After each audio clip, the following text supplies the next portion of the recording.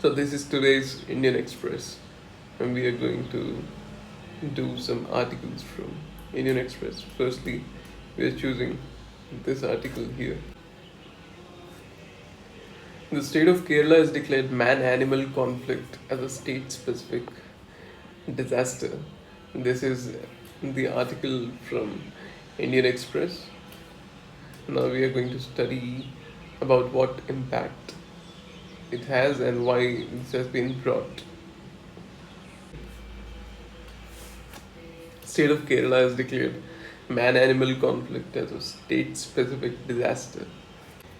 Before this declaration, man-animal conflict would have been dealt under the Wildlife Protection Act 1972, under which the chief wildlife warden of the state was the only authority to decide upon the action to be taken upon the animal, whether it is to be tranquilized, killed, captured, or left alone, whatever. The decision was to be taken by the chief wildlife warden. But due to increasing numbers of these man-animal conflicts, particularly with the tuskers in Kerala,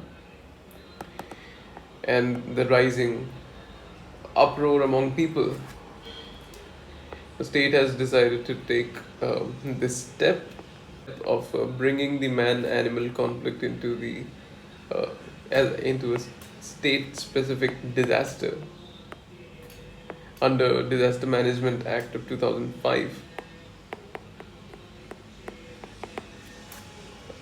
Makes the Disaster Management Authority of the state and the District Disaster Management Authority, these to be the authorities empowered to take decisions on what action has to be taken in the immediacy. This is headed by the DC, and now the power has been decentralized. The district collectors and the chairperson of the State Disaster Management Authority, which is the chief minister, the executive, the real executive of the state, can now decide upon the merit of the case what action has to be taken at any situation, and so the response can be quicker and more logical, etc. So, and this is not the first time that any event, any disaster has been brought into the state-specific disaster list. This kind of thing has been done in Odisha, where snake bites have been brought into state-specific disaster, and Kerala has earlier brought sunburn, sunstroke, lightning, etc. under state-specific disasters. And there are two sections you got to remember or just know. Section 71 of the Disaster Management Act 2005 says that no court except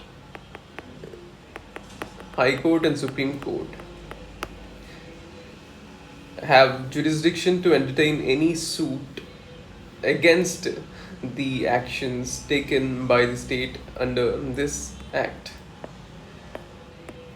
Otherwise, the actions taken by the state could have been challenged in courts, and courts overturning the state's decisions, and legal tussles, and particularly at times of not so cordial center-state relations.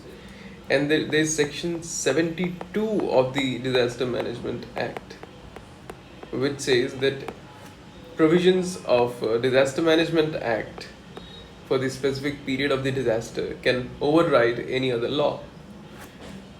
So these two become very important clauses within this act that we should keep in mind. Thanks.